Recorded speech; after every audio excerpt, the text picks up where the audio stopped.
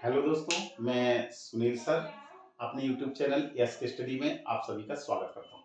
इससे पिछली वीडियो में मैंने आपको बताया कि कभी भी तीन बिंदु दिए हों तो हम त्रिभुज का क्षेत्रफल कैसे निकाल सकते हैं।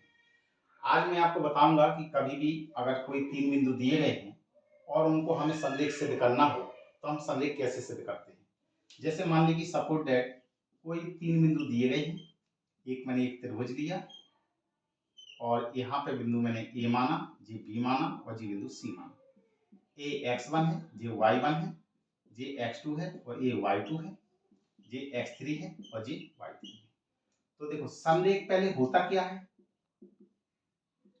यदि ए समरेख है, यदि ए क्या है, समरेख है, तो इसका कहने का तात्पर्य है कि ये जो तीनों बिंदु हैं ए बी और सी, ये तीनों एक ही रेखा में स्थित होना चाहिए। तो इसका मतलब है समरेख किसे कहते हैं।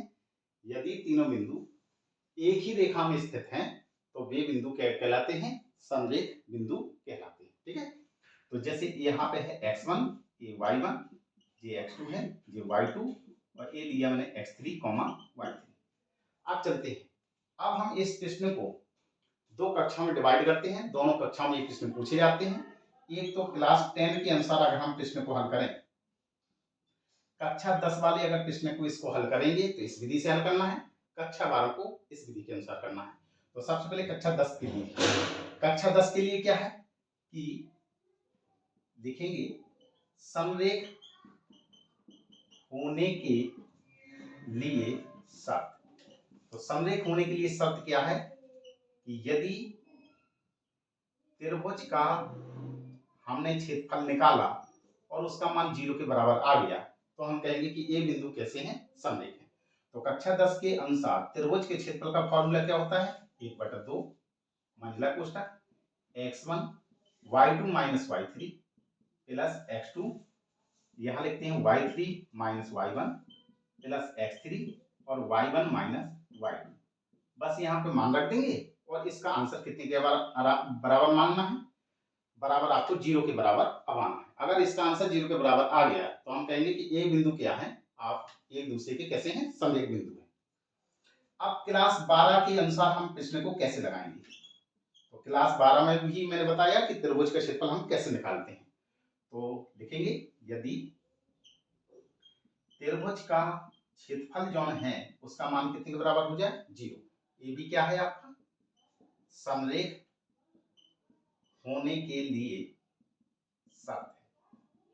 तो कक्षा 12 के अनुसार त्रिभुज का क्षेत्रफल कैसे निकालते हैं, 1/2 सारणी का निशान लगाते हैं, x1 x2 x3 y1 y2 और y3। यहाँ भी सब 1 1 और 1 लिखा जाएगा और इसका आंसर अगर 0 के बराबर आ गया तो हम कहेंगे ये जो तीन बिंदु हैं x1 y1 x2 y2 x3 y3, ये एक दूसरे के कैसे हैं, समरेख बिंदु हैं। ठीक है, इतना आप लोग बता दीजिए। जैसे मैंने एक एग्जाम्पल लिया, ये बिंदु दिए गए हैं और सिद्ध करना है कि ये समरेख है। तो समरेख होने के लिए शर्त मैंने क्या बताई थी कि मैंने एक त्रिभुज बनाया, इसको मैंने ए कहा, इसको बी कहा, ये सी कहा। ए का मान बता दीजिए 2,3, ये कितना है 4,5 और ए है 4,5। इसको कहेंगे x1, y1, x2, y2 और ये कहेंगे x3, y3। ठीक है, यदि ये बिंदु समरेख हैं तो हमारे ये तीनों बिंदु एक ही रेखा में आ जाने चाहिए। तो जी बिंदु ए है, जी बी है और जी सी है। जिस समरेख के लिए शर्त है कि एक ही रेखा में होना चाहिए। तो जी कितना है x1, y1, ये है x2, y2, ये है x3, y3। इनके मान रख दीजिए। x1 की जगह कितना मान है 2,3 और एक बिंदु कितने दिए गए हैं 4,5 और ये बिंदु कितने दिए गए हैं 4,5। ठीक है, तो कक्षा 10 के अनुसार अगर आपको प्रश्न लगाना है तो इस नियम से लगाएंगे।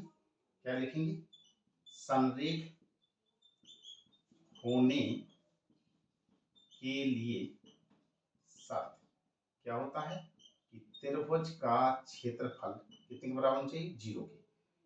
कक्षा 10 के अनुसार त्रिभुज के क्षेत्रफल का फॉर्मूला क्या है, 1/2 x1 y2 minus y3 plus x2 y3 minus y1 plus x3 और y1 माइनस y2।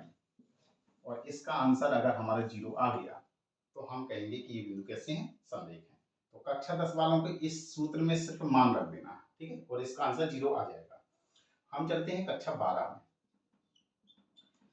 तो कक्षा 12 में क्या है, समरेख होने के लिए शर्त क्या है कि त्रिभुज का क्षेत्रफल कितने के बराबर होगा, 0। कक्षा 12 में त्रिभुज का क्षेत्रफल क्या होता है, 1/2 x1 x2 x3 y1 y2 y3, यहाँ 1 1 1। बस इनके मान रख दीजिए। इनका आंसर कितना आना चाहिए, 0 आ जाना चाहिए, ठीक है। तो हमें 0 अब आना है, तो सिर्फ हमें ये जो बिंदु दिए गए हैं x1 x2 x3 y1 y2 y3 के स्थान पे रख देंगे। तो यहाँ हम रख रहे हैं, तो यहाँ पे लिखेंगे आप कि 1/2 ये त्रिभुज का क्षेत्रफल है। तो त्रिभुज का क्षेत्रफल बराबर कितना होगा, यहाँ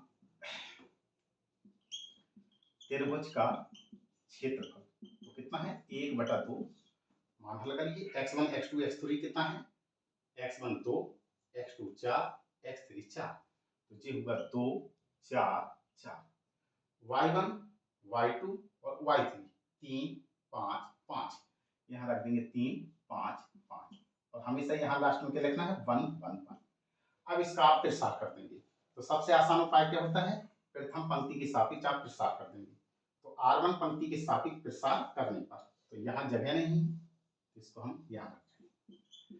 R1 के सापेक्ष प्रसार करने पर तो कितना आएगा, 1/2, और प्रसार करेंगे तो यहाँ पर सबसे पहले तो हम मंझला कोष्ठक लगा लेंगे। इस 2 के सापेक्ष करेंगे, पहला पंक्ति क्या है, ये है 2 3 1 प्लस माइनस प्लस, तो 2 के सापेक्ष करेंगे 2 लिखेंगे, कोष्ठक लगाया, एक कैंसल एक कैंसल। 5 का गुणा 1 में करेंगे 5 एकम 5 माइनस 5 का गुणा 1 में करेंगे 5 एकम 5 प्लस आया, फिर माइनस 3 के सापेक्ष करेंगे तो ये पंक्ति कैंसिल हो जाएगी, ये स्तंभ कैंसिल हो जाएगा। 4 का गुणा 1 में करेंगे 4 एकम 4 माइनस 4 का गुणा 1 में करेंगे 4 एकम 4 प्लस आया माइनस आया, अब प्लस। इसके सापेक्ष करेंगे, ये पंक्ति कैंसिल ये स्तंभ कैंसिल। 4 का गुणा 5 में करेंगे 4 पंचा 20 माइनस 4 का गुणा 5 में करेंगे 4 पंचे 20। अब इसको हल कर लेंगे। 2 गुणा 5 में से 5 गया 0 माइनस 3 4 में से 4 गया 0 प्लस 1 20 में से 20 गया 0, ठीक। इसको हल करेंगे, 1/2 और 2 का गुणा 0 में करेंगे 0 माइनस 3 का गुणा 0 में करेंगे 0 प्लस 0, तो ये कितना आ गया, पूरा 0 हो गया। और 0 को गुणा 1 में करेंगे तो कितना हो जाएगा, 1/2, और ये पूरा भाग कितना हो गया, 0। 0 को गुणा किसी भी संख्या में करते हैं तो उसका मान कितना आता है, 0, या आप ऊपर ऊपर का गुणा कर दीजिए। तो 1 का गुणा 0 में करेंगे 0/2, 2 का भाग करेंगे तो कितना आएगा, 0। तो हम लिखेंगे अतः अतः बिंदु, जो बिंदु दिए गए हैं 2, 3 4, 5 4, 5, तो लिखेंगे बिंदु 2, 3 4, 5 और 4, 5 समरेख है, ठीक है। तो ऐसे ही प्रश्नों को आप लगाएं, इसको उतार दीजिए। जैसे एक प्रश्न मैंने लिया कि यदि बिंदु इतने समरेख हों तो x का मान ज्ञात कीजिए। किसी भी हमें अचर राशि का मान निकालना हो, किसी भी हमें चर राशि का मान निकालना हो, चर किसे x y z या a का मान निकालना हो, तो हम कैसे मान ज्ञात करेंगे। यानी ये बिंदु दिए गए हैं और इनको हमें समरेख दिए गए हैं और हमें कहा गया कि x का मान ज्ञात कीजिए, तो हम कैसे ज्ञात करेंगे। सबसे पहले क्या करना है, एक त्रिभुज बनाया, ये a है, ये b है, ये c है, बिंदु लिख दीजिए x, 0, ये 2, 3 और ये आपका 1, -2 है, ठीक है। ये होता है x1, ये होता है y1, ये होता है x2, ये होता है y2, ये होता है x3, ये होता है y3। यदि समरेख हैं तो, क्योंकि प्रश्न में खुद कहा गया कि ये बिंदु कैसे हैं, ये बिंदु समरेख हैं, अगर समरेख हैं तो आप जानते हैं कि ये तीनों बिंदु कैसे होने चाहिए, एक ही रेखा में होने चाहिए, ए बी सी, यहाँ x1, y1, x2, y2 और ये है x3, y3। तो समरेख होने के लिए शर्त क्या है? समरेख होने के लिए शर्त त्रिभुज का क्षेत्रफल और बराबर मान कितना होगा? 0। त्रिभुज का क्षेत्रफल क्या होता है? 1/2 x1, x2, x3, y1, y2, y3 1 1 1 बराबर में 0 लिखेंगे। 1/2 बस मान रख दीजिए। x1 x है, 2 है, 1 है, x2 1, इनके मान कितने हैं? 0 3 -2, 0 3 -2, यहाँ 1 1 1, अब बराबर में 0। अब इसको आप क्या करेंगे? किसी पंक्ति के सापेक्ष प्रसार कर दीजिए। तो r1 पंक्ति के सापेक्ष प्रसार करो, तो लिखेंगे r1 पंक्ति के सापेक्ष प्रसार करने पर, तो 1/2 r1 पंक्ति में j है, कितने हैं? यहाँ पे x, ये पंक्ति कैंसिल, ये पंक्ति कैंसिल, 3 का गुणा 1 में करेंगे, 3 एकम 3, माइनस का चिन्ह, -2 का गुणा 1 में करेंगे, -2 प्लस आ जाएगा, प्लस फिर माइनस 0, 0 का गुणा किसी में करेंगे वो मान पूरे 0 हो जाएगा, फिर कितना है? प्लस का 1, एक पंक्ति में करेंगे तो एक के पंक्ति j है, स्तंभ j है, कैंसिल, 2 का गुणा -2 में तो माइनस के 4, फिर ऑटोमेटिक माइनस का निशान, 1 का गुणा 3 में, 3 एकम 3 और बराबर में कितना दिए गए? 0। यहाँ पे कुछ नहीं है मान, तो 1 मानिए और कैंची गुणा, इस 2 का गुणा इस 0 में करेंगे तो ये पूरा 0 हो गया। ये x है, 3 और 2 कितना होगा? 5, 5 का गुणा x में करेंगे 5x और -0 हट गया आपका, माइनस के 4, माइनस के 3, माइनस के 7 हुआ, -7 का गुणा 1 में करेंगे तो माइनस के 7 बराबर में 0।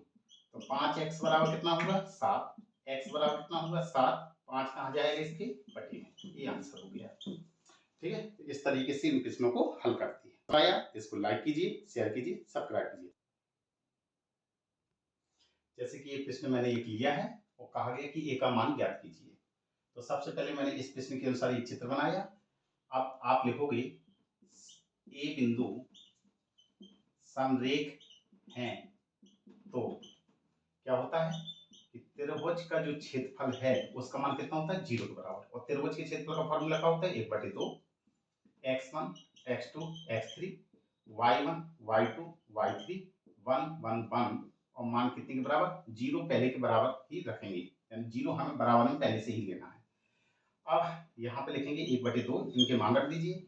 जो होता है x1, पहले मान रख दीजिए, पहले से हम पहले स्थान को बना देंगे, तो 2 0 3, 2 0 3। दूसरे से हम पहले दूसरे स्थान को बना देंगे, a जी 1 है और जी 0 है, तो जी a आया, 1 आया, 0 आया, ऑटोमेटिक 1 1 1 लिखना है बराबर में 0। इसको हल कर लीजिए, 1/2 प्रसार कर दीजिए। तो सबसे पहले हम r1 पंक्ति के सापेक्ष ही प्रसार करते हैं। यहाँ कितना लिखा? 2, तो ए कैंसिल, 1 का गुणा 1 में करेंगे 1 -2, 0 गुणा 1 में करेंगे 0 प्लस जी माइनस का चिन्ह, ए पंक्ति कैंसिल, ए स्तंभ कैंसिल, 0 गुणा 1 में करेंगे 0, -3 का गुणा 1 में करेंगे 3 प्लस माइनस प्लस, ए पंक्ति कैंसिल, ए स्तंभ कैंसिल, 0 गुणा 0 में 0, -3 का गुणा 1 में करेंगे 3 एकम 3 और ए मान पहले से कितने के बराबर दिया है? 0। यहाँ कुछ नहीं तो 1 मानेंगे और कैंची गुणा, यानी इस 2 का गुणा इस 0 में करेंगे तो यहाँ जगह नहीं है, यहाँ करते रहे। तो ये 2 है, 1 में से 0 गया, 1 बचेगा, 1 का गुणा 2 में करेंगे 2, -1 का गुणा -3 में करेंगे तो 3 ए आ जाएगा, -3 का गुणा 1 में करेंगे माइनस के 3 आया और इस 2 का गुणा इस 0 में किया तो कितना आया आंसर? 0। जी है 3a, -3 में से 2 गया तो माइनस का 1 बचेगा बराबर में 0, 3a बराबर 1 बचे।